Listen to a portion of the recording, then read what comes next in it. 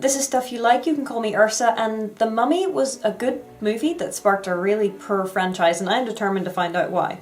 I love this movie. I even love the CGI-heavy stars a wrestler as a villain sequel.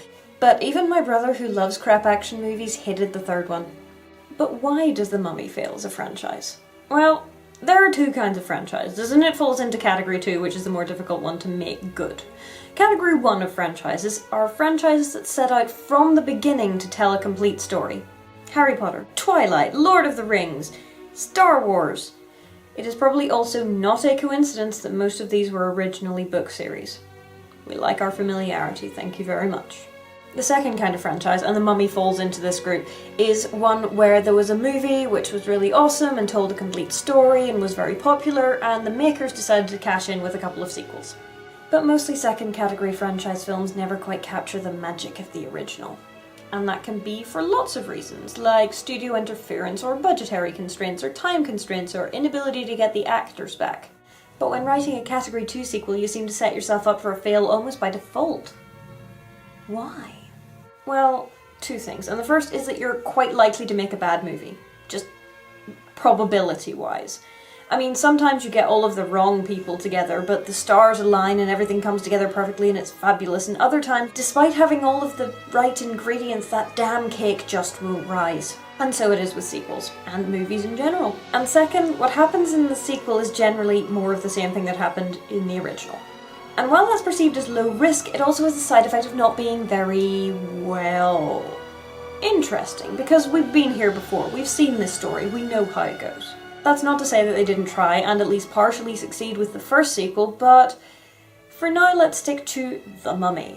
The Mummy runs like this. A Noxunumun, wife of a pharaoh and wearer of nothing but an Abaweg body paint and a couple of strategic bits of cloth, does the nasty with Imhotep, high priest. She kills herself, Imhotep steals the body and tries to resurrect her so they can be together like 5 ever, and for his trouble all his priests are put to death and he suffers the Hom Die. That's your tongue cut out, you're buried alive, flesh-eating scarabs, the works. Of course this means that if he's ever resurrected, the world is in big trouble, so the Magi are sent to guard him. Thousands of years pass until one day Rick O'Connell, while with the Foreign Legion, ends up in Hamunaptra, ancient Egyptian city of the dead, where he apparently picks up a box containing a map, off-screen. He manages to find his way back to civilization, also off-screen, and gets pickpocketed and arrested in quick succession. Again, off-screen. The pickpocketer is Jonathan Carnahan, slacker, con artist and brother of Evelyn, who opens the box, sees the map, and after the map gets burned, goes to Rick to ask him about it. You want to know? Well, yes. Do you really want to know? Yes. Rick kisses Evie, she saves him from hanging, and they head off to the city of the dead. They aren't the only ones, though. There are some beastly Americans. No offense. None taken. And Rick's one-time friend Benny, and the prison warden. Anywho, they get to Hamunaptra, the Magi threaten them. Also, Magi. Why not Magi or Magi, or have I just been pronouncing it wrong all these years? They find the tomb, they find the book, Evie reads the book, and Imhotep rises from the grave. Well, crap. He brings with him, inexplicably, the 10 plagues of Egypt, but I'm not even going there, and people start dying faster. Lots of people die. Imhotep kidnaps Evie, the good guys find him, he tries to resurrect his dead girlfriend again, they beat him with the power of pickpocketing, shooting, and ancient Egyptian reading skills, and yeah, many people die, named characters mostly of greed, incidentally, and that about sums it up. Rick and Evie and Jonathan ride off into the sunset, and it's all adorably cute. The second movie has 2 threads running through it, the Rick, Evie, Alex thread and the Imhotep and Noxunumun thread, and that's kind of why it works, but we'll get back to that next time. Why does The Mummy work? Well, a lot of reasons. It has an easily understandable plot, it's fast-paced, it doesn't take itself too seriously, it knows how to be appropriately scary, it's fun enough that the artistic license everything doesn't bother you too much, and it has a great villain. I know I've said this before, but it bears repeating, unless your antagonist is awesome, your movie is going to be meh. And Imhotep, he's scary, he's gross, he's poignant. It seems like every fangirl on the internet has fallen in love with Loki, having fallen prey to the triple whammy of Thor, plus the Avengers Assemble, plus Tom Hiddleston. The villain whose motivation is kind of poignant and understandable is a good thing. You can have utterly merciless antagonists with no feelings whatsoever, and they can work really well too, but ones who are just that little bit more human are easier to identify with, and so it's more horrible when they do horrible things. Imhotep is like that. His extrinsic motivation is the curse laid upon him, which means that he has to kill all Americans, or just people who stole canopic jars, or whatever, but his intrinsic motivation is his love for Anaxunamun, or however you're supposed to pronounce her name. So love, or a rough facsimile thereof, is his primary motivation, and seeing as love as a primary motivation is such a hero thing, when you see it in a villain, it humanizes them.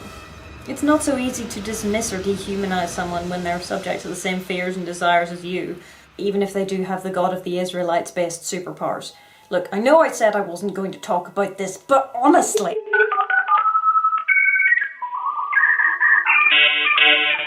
with a rusty spatula. I feel better. Anyway, The Mummy is loosely based on the 1932 film of the same name, but it feels a lot more Indiana Jones than Hammer horror in tone. And I love so many things about this movie. I love Brendan Fraser being swashbuckling and badass and floppy-haired and ginger and a little bit anti-hero-ish. I love Rachel Weisz as the overeducated librarian who's a properly strong, i.e. interesting, female character. I love Jonathan with pretending to be English, though his accent does slip on occasion. Come on, put your backs into it. I love that guy. Oh, I love that guy. And I love this bit. You're wondering, what is a place like me doing in a girl like this? And I love this bit. I am proud of what I am. And what is that? I am a librarian. And I love all of the bits. Mostly I love Rachel Weisz's character Evie because I've always harboured this secret desire to be a librarian. Yes, I know, it's absolutely shocking. You never would have thought it of me. But they work. They have chemistry, the villain is plausible and threatening and empathetic, they're funny, things blow up. This seems like a great film to make a franchise out of, right? Right? Right. Come back next time and we'll see where it started to go wrong. The map! I forgot the map! Relax. I'm the map. It's all up here. Oh, that's comforting. Can you swim? Of course I can swim if the occasion calls for it! Trust me. It calls for it.